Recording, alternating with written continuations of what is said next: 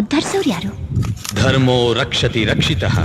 ಈ ಒಂದು ಸೂತ್ರ ಅರ್ಥ ಮಾಡಿಕೊಂಡ ಮನುಷ್ಯನೇ ಮಹನೀಯನಾಗಿ ದೇವರಾಗಿ ಧರಣಿ ಮಂಡಲವನ್ನೆಲ್ಲ ಧರ್ಮಸ್ಥಳವನ್ನಾಗಿ ಮಾಡಬಲ್ಲ. ಮಾನವ ದೇವರಾಗಿ ಮಾರ್ಪಾಡಾಗೋದು ಅಂದ್ರೆ ಏನು ಸ್ವಾಮಿ? ಪರರಿಗೆ ಸಹಾಯ ಮಾಡುತ್ತಾ ಭಕ್ತಿ ಮಾರ್ಗವನ್ನು ತೋರಿಸೋ ಮನುಷ್ಯನೇ ದೇವರಾಗ್ತಾನೆ ದೇವಿ. ಅಂಥ ಮಾನವರು ಯಾರಿದ್ದಾರೆ ಸ್ವಾಮಿ? ಅಗೋ,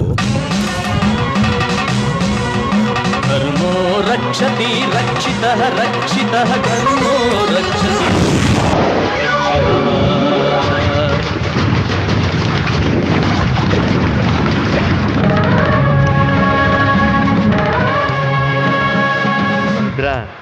ವೀರಭದ್ರ, ಈ ಅಭದ್ರನ ಕೈಗೆ ಸಿಕ್ಕರೆ